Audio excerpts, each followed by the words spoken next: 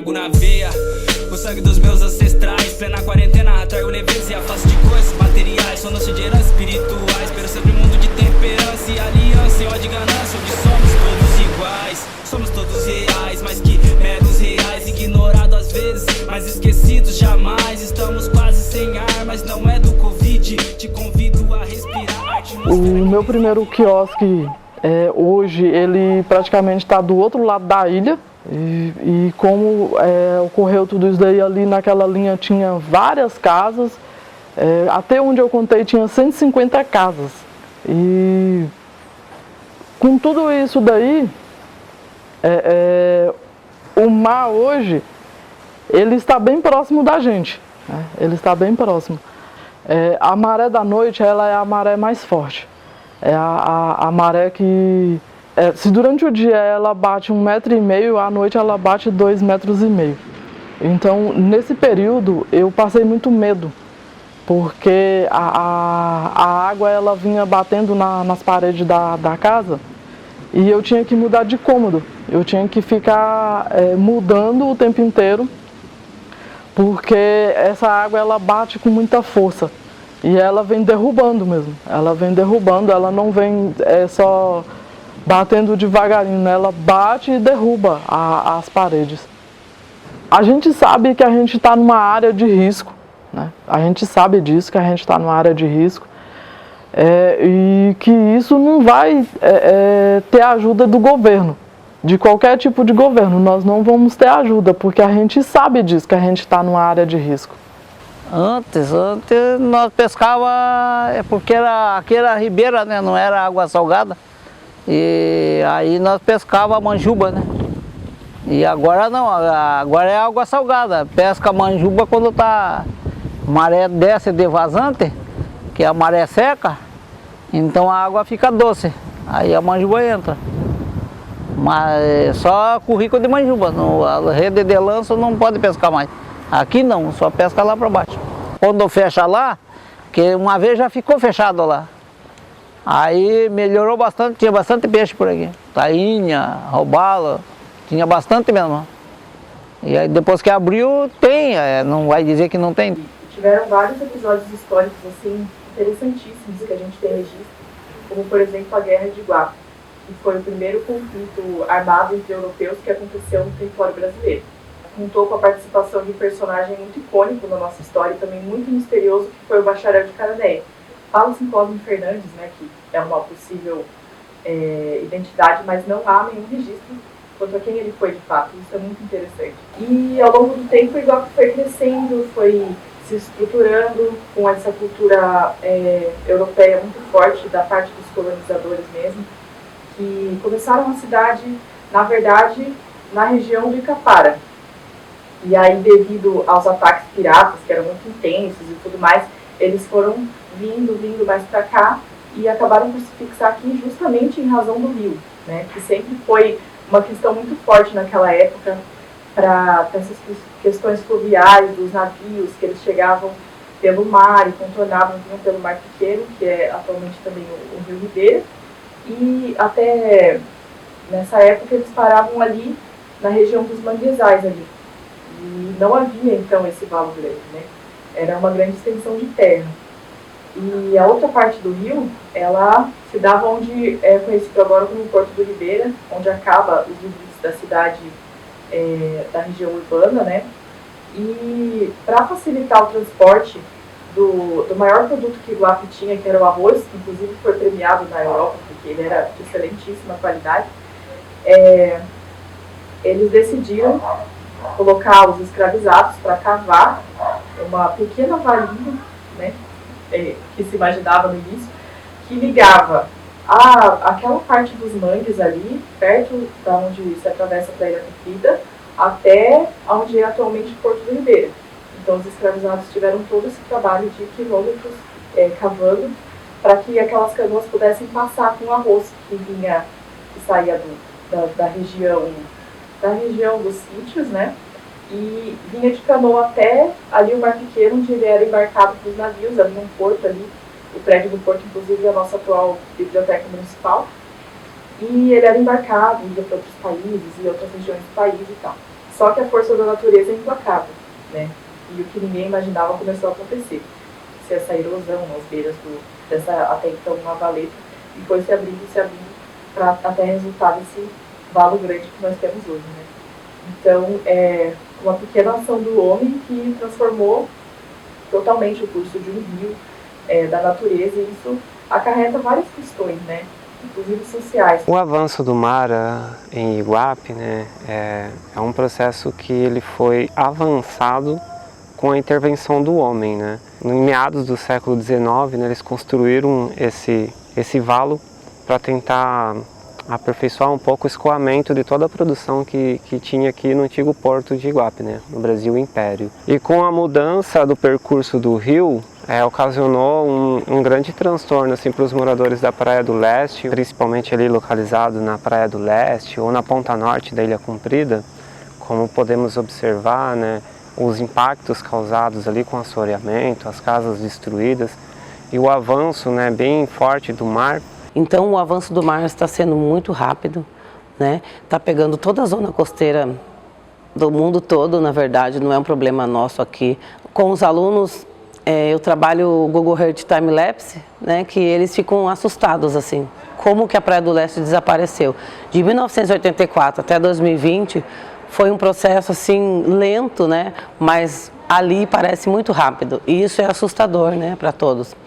E é uma forma de conscientizar e sensibilizar eles para ter atenção, né, dos alunos e eles verem a importância desse assunto que tem que ser trabalhado na escola. A educação ambiental, né, ela tem que ser trabalhada com a juventude, né? Nós temos que dar informação, levar essa informação à juventude para que todos se conscientizem, né, dessa importância de estar preservando o nosso meio ambiente. Iguape, apesar de possuir uma das maiores rendas per capita do Vale do Ribeira, é uma cidade ainda muito restrita economicamente, né?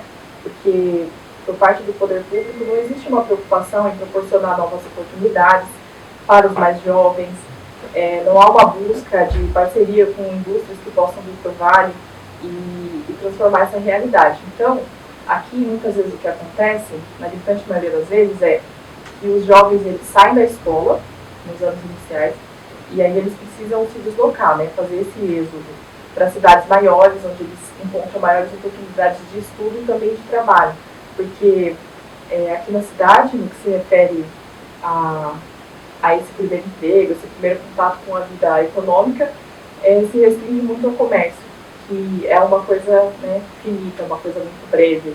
Um assunto muito delicado, eu acho, para se dizer que aqui eles não dão tantas oportunidades para os jovens assim trabalhar, sabe?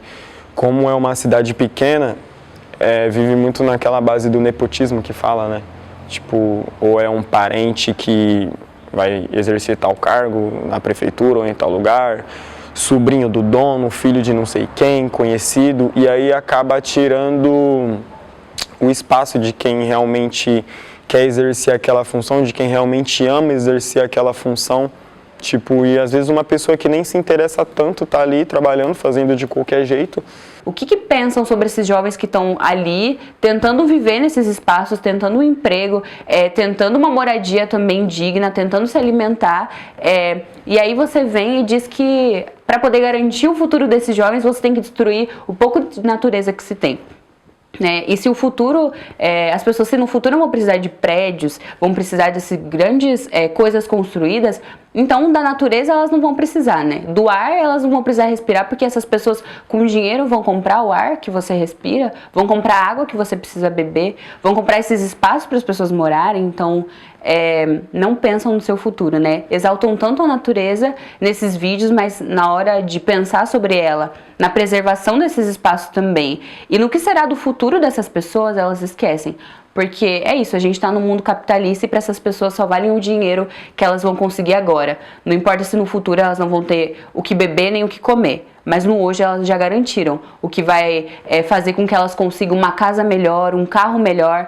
E aí, o que essas outras pessoas que estão à margem da sociedade estão vivendo, se elas estão se alimentando, se elas estão com um teto sobre a sua cabeça, não importa. Porque o que importa é que eles já fizeram o deles. E por isso essa exaltação em poder fazer esses grandes prédios e essas grandes construções.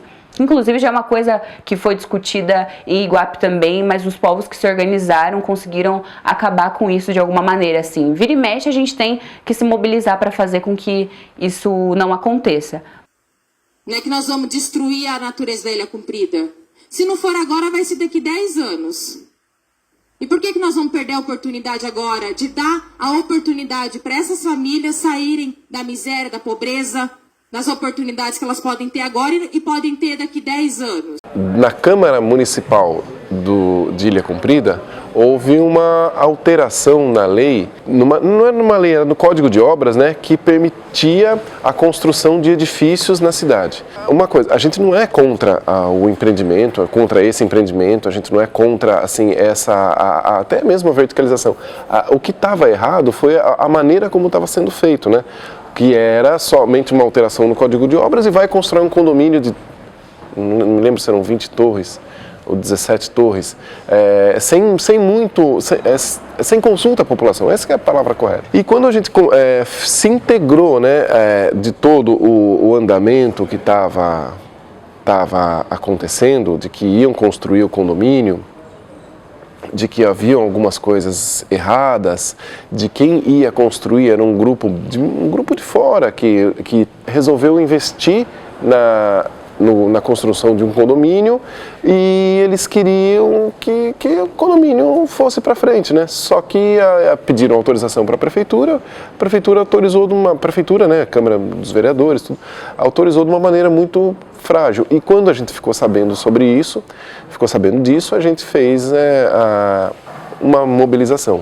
Então nós queríamos naquele dia mostrar um posicionamento contrário, porque talvez todo mundo achava que a obra era a coisa mais legal do mundo, que era a coisa mais certa do mundo a se fazer, que o conceito de desenvolvimento era aquele mesmo, né, sem nenhuma análise, sem nenhum tipo de... uma análise mais profunda.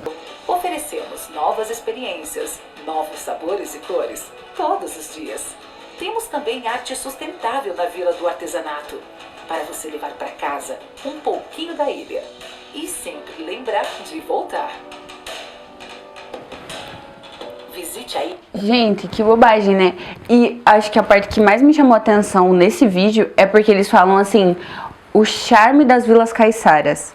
Então eles não se importam em entender o que é essas vilas caiçaras, o que elas significam também de luta para as pessoas, porque quando você quer construir prédios desses lugares na praia, é porque você não se importa com essas comunidades de verdade, você não se importa com também, eles tanto exaltam a natureza, né, essas dunas intocadas, tipo, gente, então é uma cidade que não merece o que está posto agora, né? Essas tradições que parecem que não se movem, sendo que é uma cidade que historicamente é uma cidade de luta, de pessoas que não abaixaram cabeça para esse sistema. Então, quando a gente se organiza no hoje, quando a gente pensa que a nossa realidade pode ser mudada no agora, é também honrando aqueles que vieram antes. Não só Iguape, como o Vale do Ribeira, é uma cidade que tem uma região que tem muitos povos quilombolas, eu sou neta de quilombolas, que se organizam politicamente também dentro dos seus bairros, povos indígenas, então povos originários que já eram donos dessa terra antes de todo esse povo chegar, antes de todas essas coisas ruins ficarem tomando conta desses espaços. E quando a gente deixa com que isso morra, apague essa história, é também uma desonra com essas pessoas. É quando a gente esquece que muita gente lutou por nós antes disso. Muita gente pensou que essa realidade aqui, que estava posta, ela não estava. Que ela pode ser mudada, que ela que foi imposta por outras pessoas que nem conheciam esses lugares, que não valorizam as nossas terras. Então, quem não faz questão de trazer políticas públicas, de garantir as políticas públicas pra gente, são pessoas que não conhecem a nossa história. São pessoas que no passado, com certeza, estariam fazendo o mesmo mal. Antes da gente saber do futuro do mundo, qual que vai ser o futuro dessa cidade? Eu te pergunto. O futuro da juventude, não sei nas mãos de quem tá. Sou uma pessoa cheia de sonhos que eu quero viver. Eu penso muitas coisas, vivo muitas coisas que dói. Mas Se a gente acreditar na gente mesmo, a gente sabe que o futuro está garantido, porque o futuro é nós. Lição de vida na disciplina após uma queda dói, mas se erguer é valioso. Já passei da fase, ouvi a frase de um senhor idoso. O legado do passado é muito bem absorvido, mas o problema do presente ainda não foi resolvido. No ditado citado, em um momento decisivo, te torna determinado, sendo sempre conclusivo. Somos apenas meros fios que desviam a nossa teia. Rap tá na veia, anseia todos os índios da aldeia, observando o horizonte aonde a gente semeia, plantando conhecimento para uma farta colheita.